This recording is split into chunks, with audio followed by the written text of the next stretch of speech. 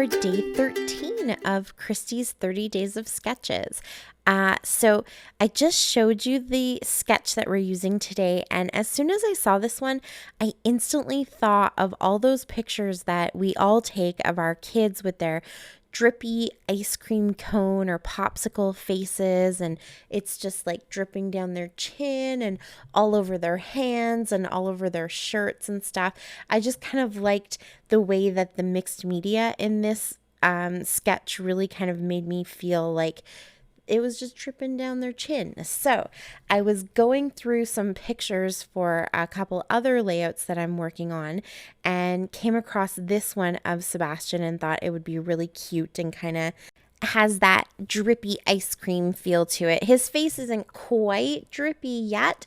That definitely happened a little bit after I took this picture.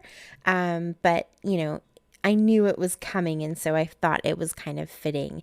And he's just too cute in this picture, so I couldn't really turn it down. I had to scrap it. And actually, it was taken on Kaylin and Fox's birthday in 2016.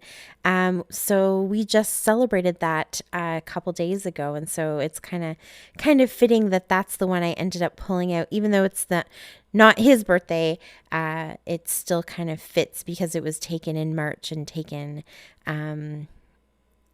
a few years ago around the same time. So I thought it all kind of tied in and worked out well.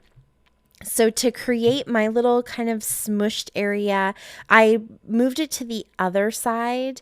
In the sketch, you see it on the left-hand side. I moved it over because of the way his eyes are kind of looking up a little bit. So I thought that it worked out a little bit better on this side of the paper. And then I just pre-wet my paper a little bit. I don't have any gesso or anything like that on this cardstock. And this cardstock doesn't take water very well. So I kind of had to play around with how much water I was putting on the paper. In the end, it kind of works out okay, because what I do is kind of hear what you see. I do a little bit and I let it dry, and then I go back in and I do a little bit more and kind of let it dry. And so it doesn't crinkle the paper too much, but I think if I was being more heavy-handed than this, I would be probably putting holes in the paper. It's not super thick. It's just cardstock that I get from Walmart. I just get a paper pack. I think there's 50 pieces in the pad, and it's actually the same one I've gotten a few times before, but for some reason that this one pad, it's not the current pad I'm using. It's the one right before it.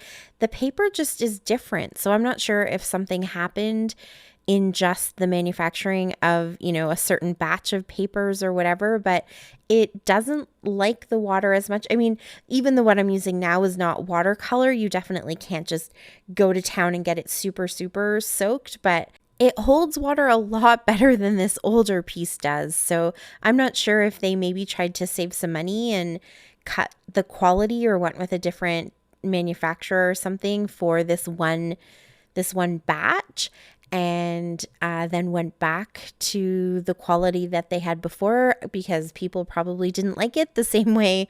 I definitely noticed a difference, but whatever it is, this one particular pad that I've gotten from there just doesn't want to work with the watercolors quite as well. So I probably should have put gesso on there, but I kind of like the texture and the way that the watercolors granulate a little bit. And because of this sketch and just kind of the way that it has that really messy, makes it sound like a bad thing, but it's not. It's just that really kind of messy, organic feel to it. I think that this paper actually worked really well with that.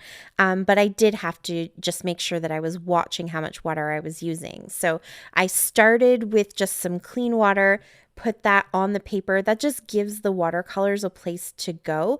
They only kind of want to flow where you've already put water. You don't have to put the water first, but in a technique like this, where I'm not using packaging or any kind of smushing, I just like to put the water down and then let the color just kind of spread and do its thing. So I mixed up a color that was mostly red with just a touch of orange and yellow in it. So it was a little bit more on the peach than like a really bright red. And I kind of started with that because when I'm doing watercolors with the color red, where I'm doing like a big splotch like this, I always like to kind of take my red up incrementally, just because you don't want it to kind of go from being something that's just a fun mixed media project to looking like a murder scene. So I like to just, take my time and build my red and just get it to that right shade where it still looks fun and cute and not like a true crime layout. So I kind of did that peachy color, and then I touched my brush into some just pure reds and let that flow a little bit. And I really like the way it turned out. And now you have lots of different shades of red. And the reason I picked the red is just because his gelato is red, so that just made sense. But I could have picked maybe yellow or a different color. You can just see, if you can envision those East Side Mario colors or those Italian colors, I could have probably gone with any one of those. But to kind of give that feel of the dripping of the ice cream right through the picture down onto the page, I wanted it to match. And so it's more red than pink, but I just thought it was nice to have that like kind of mottled look of a few different shades. And that's the fun of it for me, really, is getting to kind of play with those colors. And with this sketch, there's so much that you could do. You could really have a lot of blending of different colors. You could instead of doing watercolors, you could do acrylic and maybe take a straw and kind of blow down some of the paint, or you could do different inks and then get them wet and let them run. There's so many options. It's just kind of that fun sketch that lets you explore and experiment with your mixed media. And then while my background was drying, I just put it to the side, and I'm working on the layers that are going to go behind my photo. So I did cut my photo down a little bit so that it was just a little bit smaller than 4x6. And then I went into my kit for How to Kill a Kit with Style for March. It's basically all of my sampler packs that I have from Scrapbook and Cards Today. So a lot of the kits that are in there are pretty much full, haven't even been touched. But then the few ones that I have been able to kind of work through, if there were little bits of papers left over, just some of the scraps, or if I used up all of the papers except one, for example, I just throw those all into one baggie that I keep in that same little kind of pouch container that you see up in that top right hand corner. And so that's where all of these papers come from. So they're all different manufacturers, different styles from different kits.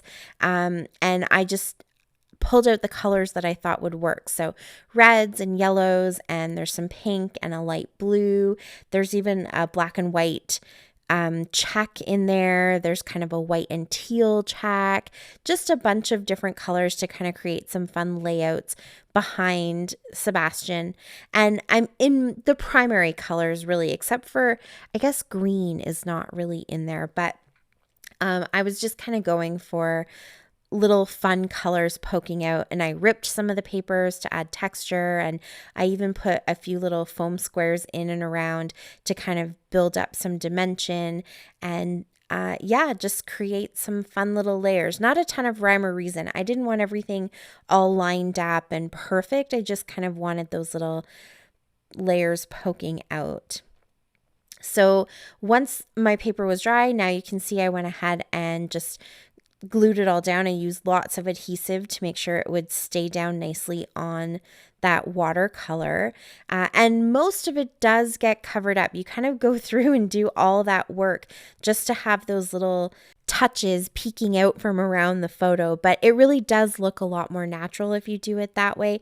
Obviously, you don't have to, or you could have made it even bigger if you wanted, and then, you see more of the work that you did. But I definitely think it's worth it to put that little bit of extra time in and play around, and it's going to get covered up, but it just, I don't know, it just looks it looks like it's meant to be, if that makes sense. So, plus you learn things. It's when I do that kind of stuff, it's definitely an opportunity to play and learn and experiment a little bit. So it's worth the time that you take to do that.